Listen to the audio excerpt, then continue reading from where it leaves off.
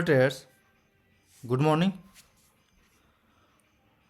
आज है 13 जनवरी 2025। तो इंट्राडे के लिए मेरा वॉच लिस्ट तैयार है कि कौन सा स्टॉक हमारे पैटर्न पे आ रही है। आज के दिन पे कौन सा स्टॉक हमारे वॉच लिस्ट में है, तो इस वीडियो में हम यही सब देखेंगे। तो सबसे पहले हम मार्केट के ऊपर बात कर लेते हैं।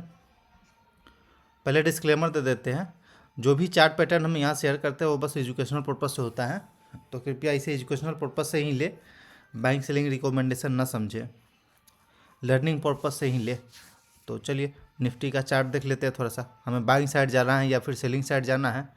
बाइंग साइड में ज़्यादा हमारे लिए प्रोबेबिलिटी अच्छा रहेगा या फिर सेलिंग साइड में।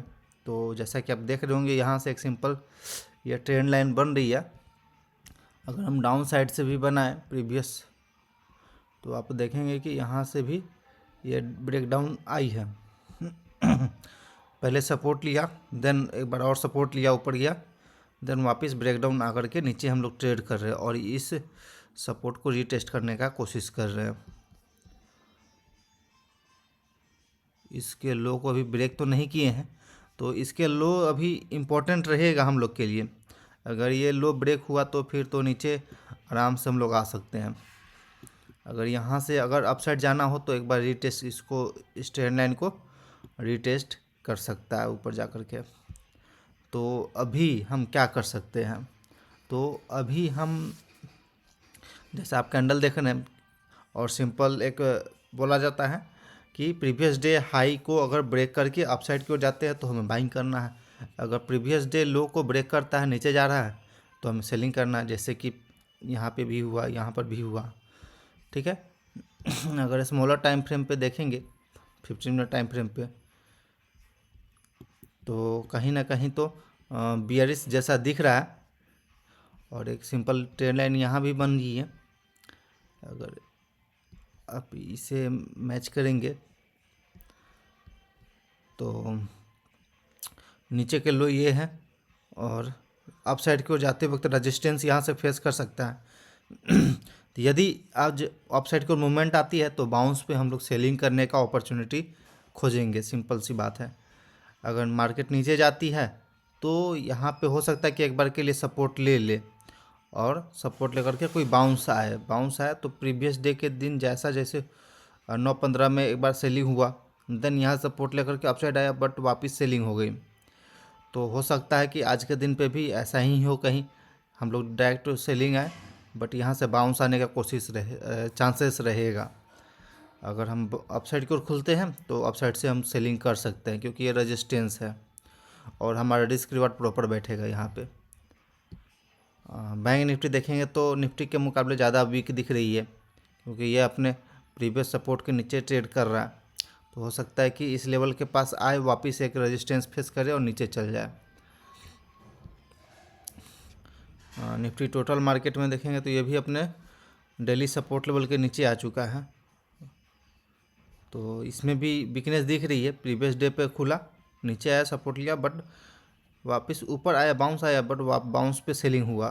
तो बिल्कुल वीकनेस दिख रही है और नीचे जाने का सेंटीमेंट हमको दिख रहा है, क्योंकि बाउंस पे कभी भी सेलिंग होता है तो उसी लेवल का मार्केट रहता है जो नीचे जाने वाला रहता है। तो थोड़ा सा वीकनेस हमको दिख रहा है, बिल्कुल वीकनेस दिख रही है। तो वीकनेस हम दोनों साइड का ही प्रेफर करते हैं अपने वॉच लिस्ट में। बाइंग साइड का भी रहता है और सेलिंग साइड का भी स्टॉक रहता है। तो हम इसको 30 मिनट टाइम फ्रेम पे ले चलते, क्योंकि 30 मिनट टाइम फ्रेम पे ही हम सब स्टॉक को सिलेक्ट किए हैं। तो सिंपल हम यहाँ से एक ट्रेंड लाइन बना के दिखाएं आपको। तो ये हुआ इसका ट्रेंड लाइन प्रॉपर। ओके, ठीक है। और एक सिंपल यहाँ से हम रेजिस्टेंस लाइन बनाए तो देखेंगे एक ब्रेकआउट आ गया, देन वापस रीटेस्ट चल रहा है। आई थिंक कि इसे ब्रेकआउट देता है तो अपसाइड की ओर जाता है। अगर प्रीवियस हम रेजिस्टेंस देखें, कहीं पे रेजिस्टेंस है तो यहीं पे रेजिस्टेंस था जहाँ पे अभी प्राइस ट्रेड कर रहा है। देन इसको ब्रेक करता है तो हम लोग आराम से 1512 1515 के लिए निकल जाएगा। 1510 के लिए आराम से टारगेट हम रख सकते हैं इसके लिए। वैसे 1500 का भी लेवल, 1510 तक का आराम से लेवल हम इसमें देख सकते हैं। अपसाइड की ओर जाता है। तो SBI लाइफ था ये। M&M देखते हैं। इसमें भी अगर सिंपल हम नीचे से एक ट्रेंड लाइन बनाते हैं, क्योंकि एक स्ट्रॉन्ग रैली आई है तो ऐसा दिख रहा है हमें कुछ, और अपसाइड से एक लाइन बनाए तो आई थिंक कि इसे ब्रेकआउट देता है तो यहाँ इस लेवल तक आराम से आ सकते हैं हम, 3225 या 3230 तक।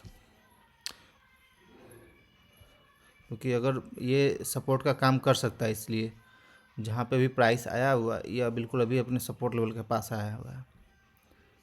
तो इसे रख लेते हैं। एम हो गया। बजाज ऑटो है मेरे पास, जो कि आई थिंक डाउन साइड में ही है। अगर इस स्विंग हाई से हम एक ट्रेंड लाइन बना है सिंपली, तो देखेंगे कि ये स्विंग लो, ठीक है, ये रेजिस्टेंस के पास से बार बार लौट रहा है स्टॉक। वापस रेजिस्टेंस फेस किया, वापस रेजिस्टेंस फेस किया, अभी फिर वापस रेजिस्टेंस के पास आ चुका है। तो अभी हो सकता है कि एक बार वापस हम लोग नीचे जा सकते हैं इस स्टॉक पे, क्योंकि स्ट्रॉन्ग कैंडल दिख रहा है सेलिंग साइड का। तो एक सिंपल हम ट्रेंड लाइन बनाते हैं तो देखेंगे कि यहाँ से एक ब्रेकडाउन जैसा फॉर्मेशन हो रहा है। तो आई थिंक कि इस लेवल को 8740 को लेवल को ब्रेक करता है तो आराम से हम लोग इस लेवल के पास आ जाएंगे। स्मॉल ब्रेकडाउन जैसा दिख रहा है तो ठीक है। डालमिया भारत, इसमें देखेंगे तो लोअर है, लोअर लो फॉर्मेशन हो रही है। अगर मार्केट बाउंस आता है, अगर बाउंस पे सेल करने का अपॉर्चुनिटी हमको ढूंढना होगा, तो इस तरह का स्टॉक हमें देख सकते हैं कि अगर इस लेवल पे कहीं मिलता है तो हम यहाँ से 945 के बाद हम शॉर्ट कर सकते हैं, बाउंस पे सेल करने का अगर हम लोग को मिले तो। अगर बैक टू बैक ये गिरना शुरू हो जाता है तब तो उसमें कुछ नहीं करना हमें। जब तक रिस्क रिवार्ड प्रॉपर नहीं मिलता तब तक हमें शॉर्ट साइड का ट्रेड नहीं बनाना है, प्रॉपर रिस्क रिवार्ड के ऊपर ही ट्रेड बनाना है। ये स्विंग हाई है इसका, तो यहाँ से हम एक ट्रेंड लाइन बनाते हैं सिंपली। तो देखेंगे ये रेजिस्टेंस फेस किया और सिंपल नीचे से एक ट्रेंड लाइन बनाते हैं, जो कि हमें बताया गया कि ये ब्रेकडाउन वाला स्टॉक है। तो ये सुप्रीम इंडस्ट्री है, रेजिस्टेंस को फेस कर रहा है, देन वापस ब्रेकडाउन आ गई है। अगला स्टॉक है IGL। अगर हम लोअर लेवल से इसमें एक ट्रेंड लाइन बनाते हैं तो ये बना मेरा ट्रेंड लाइन, और हायर लेवल से एक ट्रेंड लाइन बनाते हैं तो ये दिखेगा कि अपने सपोर्ट के पास है अभी। तो अभी इसमें कोई ब्रेकडाउन और ब्रेकआउट नहीं आई है, तो आई थिंक इसमें ब्रेकआउट आना चाहिए। अगर ब्रेकआउट देता है, लेकिन ब्रेकआउट अभी दूर है, तो ये हो सकता है कि कल के दिन पे परफॉर्म करे।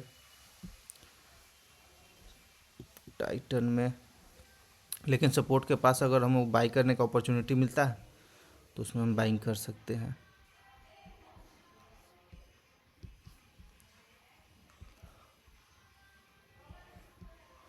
अभी जस्ट इसका शायद रिजल्ट आया था तो कुछ कह नहीं सकते। अभी एक शार्प रैली आई है, बट वापस एक रिट्रेसमेंट देखने को मिल रहा है। रिट्रेसमेंट अभी आई है, देन अभी हम लोग उसी के लेवल के बीच में कंसोलिडेट कर रहे हैं, जो माइनर पिवट है उसके लेवल के बीच में कंसोलिडेट कर रहा है। तो आई थिंक इसमें एक ब्रेकआउट आता है तो बाइंग अपॉर्चुनिटी देख सकते हैं इसमें। अब सन टीवी है,